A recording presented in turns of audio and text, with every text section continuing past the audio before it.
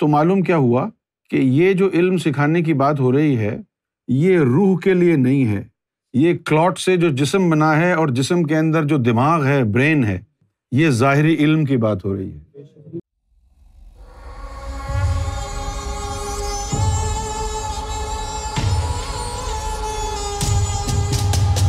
اللہ جو ہے ہم کو جو بتا رہا ہے کہ تمہاری اوقات نہیں ہے، ایک جمے ہوئے خون کے قطرے سے تم کو ہم نے بنایا ہے، نہ تمہارے اوقات ہے نہ تمہارے پاس علم تھا۔ یہ بات بتانے کا مقصد کیا ہے کہ جس جسم کو کلاٹ سے بنایا ہے اس جسم پر قبضہ، کنٹرول لطیفہ نفس کا ہے، تاکہ لطیفہ نفس جو ہے اس کو اپنی اوقات یاد رہے۔ الذی علم بالقلم، یعنی اللہ تعالیٰ فرماتا ہے کہ اللہ کی وہ ذات ہے کہ جس نے بذریعہ قلم علم عطا فرمایا۔ اب عمومی طور پر ہم یہ سمجھتے ہیں کہ یہ جو چیز ہے یہ قلم ہے، تو اللہ نے قلم اٹھا کے پھر علم ہم کو دیا۔ ہم تو یہی سمجھ سکتے ہیں نا، کیونکہ ہم نے قلم سے لکھا ہے۔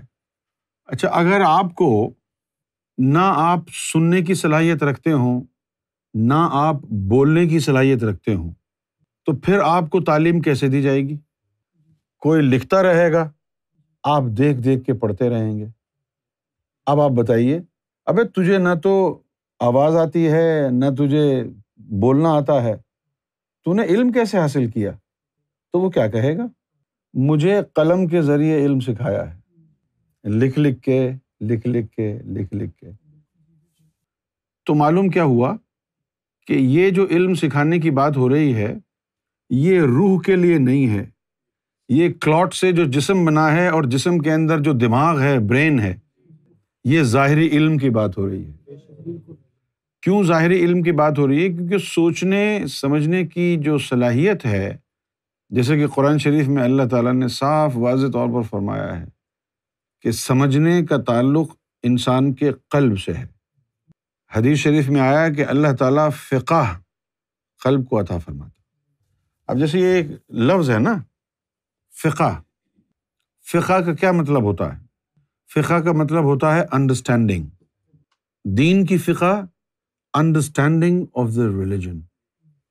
تو فقہ کا تعلق انسان کے قلب سے ہے، تو پھر جب فقہ کا تعلق انسان کے قلب سے ہے تو اللہ تعالیٰ نے علم بھی قلب کو دیا ہوگا، اور قلب کو جو علم دیا جاتا ہے وہ قلم سے نہیں دیا جاتا۔ جب قرآن میں جب بھی آپ دیکھیں کہ علم اور قلم دونوں ساتھ ہیں تو سمجھ جائیں ظاہری علم کی بات ہو رہی ہے، اور جب قرآن میں آپ دیکھیں کہ وحی اور قلب کی بات ہو رہی ہے تو پھر باطنی علم ہے۔ اوحینا، ہم نے وحی کی۔ تو یہ دو چیزیں ہیں، قلب کے اوپر جو چیز آتی ہے اللہ تعالیٰ اس کو علم نہیں فرماتا، اس کو وحی کہتا ہے۔ تو یہ ظاہری علم کی بات ہو رہی ہے۔ علم الانسان ما لم یعلم، انسان کو علم دیا جو وہ جانتا نہیں تھا۔ کلا، جب کبھی آپ کوئی صحیح چیز جانتے ہوں اور آپ کسی کو سمجھائیں کہ بھائی یہ صحیح چیز ہے، اور پھر اس سے پوچھیں کہ ہاں بھائی بتاؤ، سمجھ گئے نا، اور پھر وہ غلط بتائے تو پھر آپ کہتے ہیں نہیں ایسا نہیں ہے۔ اس وقت عربی میں یہ لفظ بولا جاتا ہے کلا۔ جب سمجھانے کے باوجود نہ سمجھ سکیں تو پھر یہ عربی میں لفظ بولا جائے گا کلا، نہیں۔ ان الانسان لیطغی، کہ انسان مائل ہے گمراہی کی طرف۔ نہیں۔ اب یہ نہیں کیوں ہوا ہے؟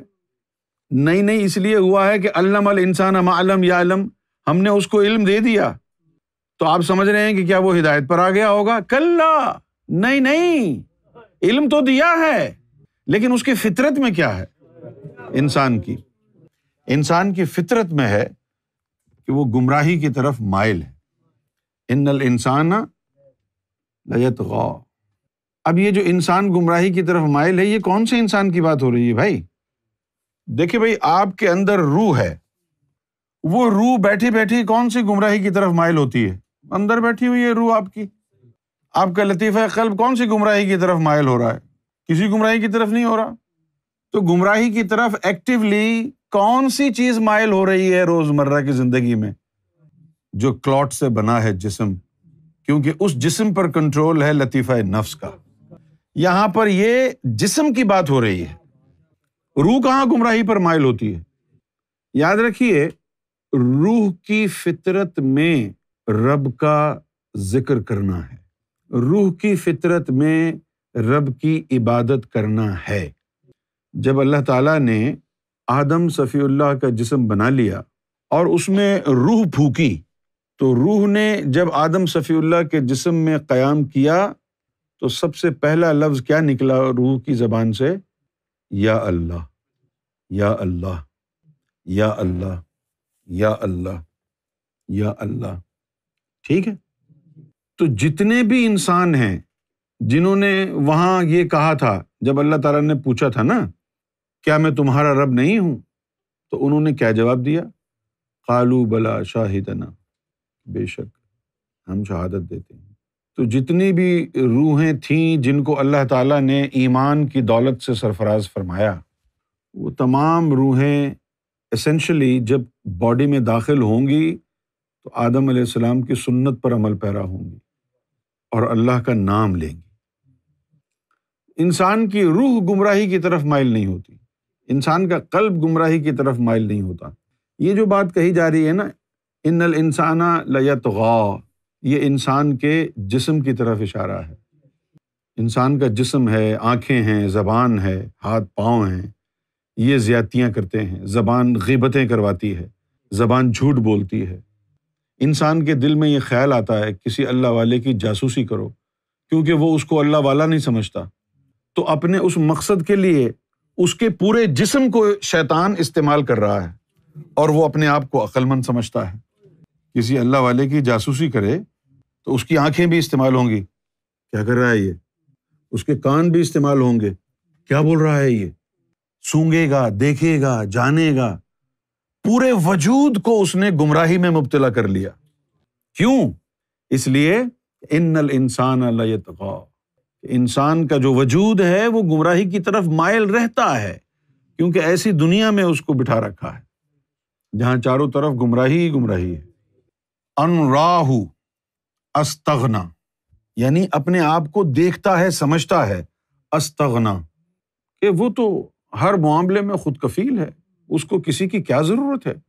جیسا کہ بہت سارے انسان، خاص طور پر ہمارے مسلمانوں میں ایسے ہیں جو یہ سمجھتے ہیں کہ ان کو وسیلے کی کیا ضرورت ہے، ان کو اولیاء کاملین کی، فقراء کی، درویش صدیقین صالحین کے وسیلے کی کیا ضرورت ہے۔ وہ براہ راست اس قابل ہیں کہ خود قرآن پڑھ کے ہدایت پا سکتے ہیں۔ وہ اپنے آپ کو اس طرح یعنی دکھاتا ہے دنیا کو کہ مجھے کسی چیز کی ضرورت، میں سیلف سفیشینٹ ہوں، سب کچھ آتا ہے مجھے کسی کی کیا ضرورت ہے۔ لیکن یاد رکھیں، اللہ نے فرمایا کہ تم سب نے اپنے رب کی طرف لوٹ کر کے جانا ہے۔ یہاں اس آیت کا جو تھیم ہے وہ ہے انسان کا ظاہر، انسان کا باطن نہیں ہے، انسان کا ظاہر ہے۔ دنیا میں کوئی بھی علم آیا، کسی انسان کی تخلیق نہیں ہے، وہ علم ظاہری علم ہو یا باطنی علم ہو، سب اللہ تعالیٰ کی طرف سے آیا ہے۔ اب یہ جو بڑے بڑے سائنسدان، بڑے بڑے جو دانشور، بڑے بڑے عالم جو گزرے ہیں، انہوں نے علم سیکھا ہے، پڑھا ہے، انہوں نے ڈسکور کیا ہے، علم ایجاد نہیں کیا ہے۔ علم یہ اللہ کی دین ہے، دنیا کا علم ہو یا دین کا علم، انسان کی ایجاد نہیں ہے۔ دنیا کا علم ہو یا دین کا علم ہو، یہ سب اللہ کی طرف سے ہے۔ ایک جگہ قرآن میں آیا ہے کہ للہ ما فی السماوات و ما فی الارض، یہاں اب اللہ تعالیٰ اپنا تعلق بیان فرما رہا ہے۔ جس طرح آپ کہتے ہیں نا کہ یہ میرا ہے، اسی طرح اللہ فرما رہا ہے للہ، اللہ کا ہے، ما فی السماوات و ما فی الارض، جو کچھ بھی آسمانوں میں ہے، و ما فی الارض، اور جو کچھ بھی زمین میں ہے، سب اللہ کا ہے۔ کوئی چیز زمین و آسمان میں ایسی نہیں ہے کہ جس پر اللہ کی حاکمیت نہ ہو، کہ جس کا تعلق اللہ کی ذات سے نہ ہو، سب کچھ اسی کا ہے۔ کرونالوجیکل آرڈر اگر دیکھا جائے تو سب سے پہلی جو سورت نازل ہوئی ہے نبی مکرم صلی اللہ علیہ وآلہ وسلم کی ذات والا پر، تو وہ یہ سورہ علق ہے۔ یہاں سے قرآن مجید کے نزول کا آغاز ہوا، اور غار حرا میں جب آپ تشریف فرما تھے وہاں یہ سورت آپ صلی اللہ علیہ وسلم پر نازل ہوئی۔ آگے اللہ تعالیٰ نے فرمایا ارأیت الذی ینہا، کیا آپ نے اس کو دیکھا نہیں، ینہا جو منع کرتا ہے، عبدن ہمارے بندے کو، اذا صلی جب وہ ہماری حمد و ثنا بیان کرے تو اسے منع کرتا ہے۔ اب یہ سننے کے بعد انسان کے ذہن میں یہ بات آتی ہے کہ کوئی بندہ ہوگا جو آ کے منع کر رہا ہوگا کہ بھئی یہ کیا کر رہے ہو۔ اب مختلف علماء کرام نے، علماء دین نے صلی کا مطلب یہاں یہ لیا ہے کہ نماز پڑھنا، لیکن بہت سے ائمہ تفسیر ایسے گزرے ہیں۔ دیکھو، ایک تو تفسیر عام ہوتی ہے مفسر کی، لیکن ایک تفسیر ان مفسرین کی ہوتی ہے جن کو امام تفسیر کہتے ہیں۔ اگر آپ دین کو اسٹڈی کریں گے تو آپ کو پتہ چلے گا کچھ ہمارے ہاں گزرے ہیں ائمہ عقیدہ، یعنی ان کی اسپیشلٹی، ان کی ایکسپرٹیز عقیدے کے کنسٹرکٹ کرنے میں تھی کہ ایک مسلمان کا عقیدہ کیا ہونا چاہیے۔ یہ ایکسپرٹیز عام عالم دین کی نہیں ہوتی، یہ خاص ہوتے ہیں، ان کو کہتے ہیں ائمہ عقائد۔ اسی طرح کچھ ائمہ اکرام کا تعلق فقہ سے ہوتا ہے، وہ شریعت کو وضع کرتے اور آسان بنانے کی کوشش کرتے ہیں، اور اسی طریقے سے کچھ ہوتے ہیں ائمہ تفسیر، وہ ایکسپرٹ ہیں تفسیر میں۔ ایک عام مفسر وہ ہوتا ہے جو قرآن کی ظاہری انٹرپریٹیشن کرتا ہے، ظاہری اس کی تفصیل بیان کرتا ہے، وہ ایک عام مفسر ہے۔ لیکن امام تفسیر اسے کہتے ہیں جو قرآن کی مفہوم، اس کا ترجمہ اور اس کی تاویل بھی بیان کرتا ہو۔ ترجمہ اس کا لفظی معنی ہے، اور جو تاویل ہے وہ اس کا باطنی معنی ہے۔ اب ظاہر ہے کہ تاویل بیان کرنا انہی مفسرین کے بس کی بات ہے کہ جن کو باطنی طور پر نبی پاک صلی اللہ علیہ وسلم کے سینہ مبارک سے فیضان نبوت، فیضان قرآن بنظر مصطفیٰ صلی اللہ علیہ وسلم عطا ہوا۔ تو ان مفسرین اکرام نے یہ کہا ہے کہ صلی سے مراد صرف نماز نہیں ہے، صلی سے مراد اس طریقے سے اللہ کا ذکر و فکر کرنا ہے کہ لوگوں کو نظر آئے۔ جس طرح آپ نماز پڑھتے ہیں تو ایسا تو نہیں ہو سکتا نا کہ آپ نماز پڑھیں اور لوگوں کو پتہ نہ ہو کیا کر رہے ہیں۔ آپ یوں کر کے یوں کھڑے ہوں گے تو لوگوں کو پتہ چلے گا نا آپ نماز پڑھ رہے ہیں۔ یہاں سے مطلب لیا ہے اس کا کہ اس طریقے سے اللہ کا ذکر کرنا کہ لوگوں کو پتہ ہو کہ یہ اللہ کا ذکر کر رہا ہے۔ ایسا کب ہوگا؟ جب آپ زبان سے ذکر کریں گے، آپ خاموشی سے دل ہی دل میں اللہ کر رہے ہیں، کسی کو کیا پتا کیا ہو رہا ہے۔ تو ملا علی قاری نے اپنی تفسیر میں یہ لکھا ہے صلی سے مراد ہے بلند آواز سے ذکر اللہ کرنا۔ اچھا، اب ان لفظوں سے یہ لگتا ہے ارأیت الذی ینہا عبدا اذا صلی، کہ آپ نے اس کو دیکھا نہیں کہ جب ہمارا بندہ ہمارا ذکر کرتا ہے تو وہ منع کرتا ہے۔ کون ہے یہ بندہ جو منع کر رہا ہے؟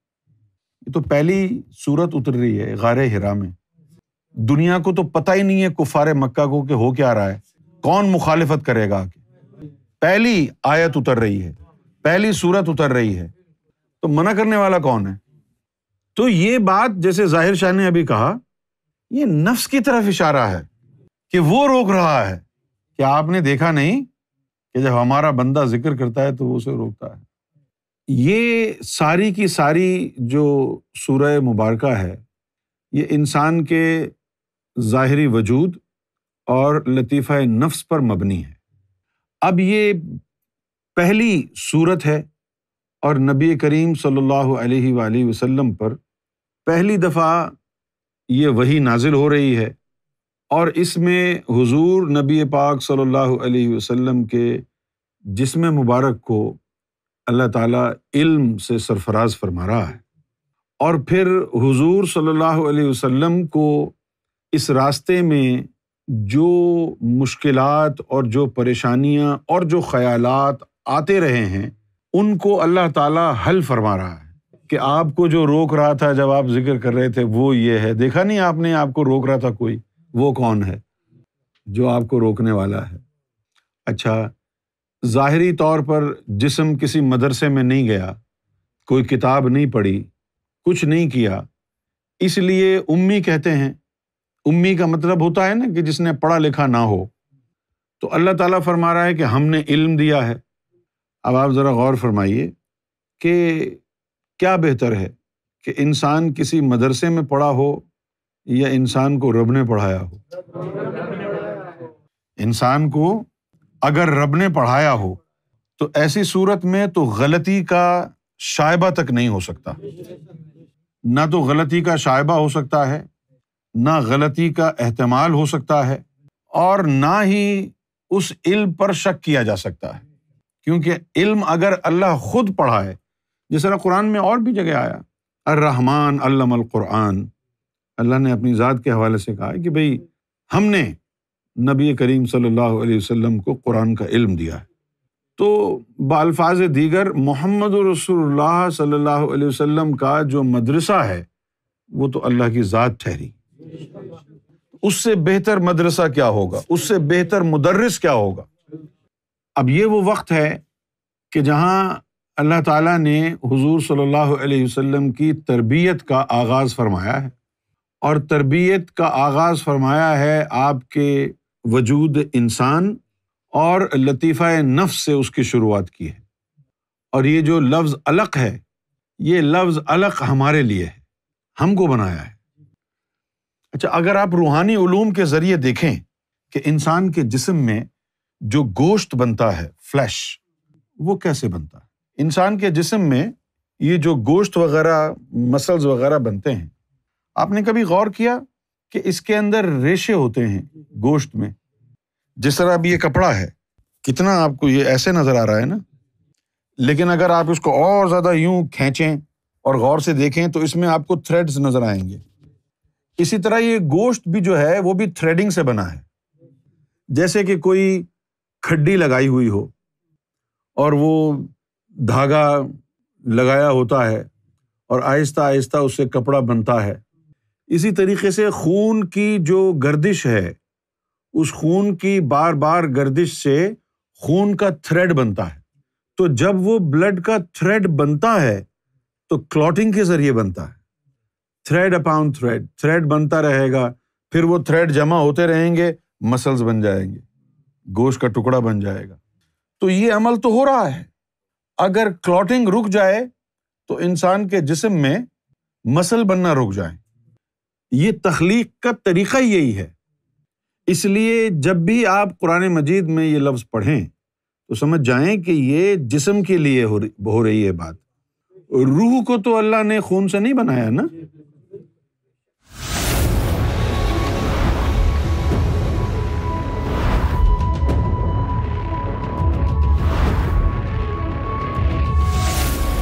Amra TV, the place to connect with God.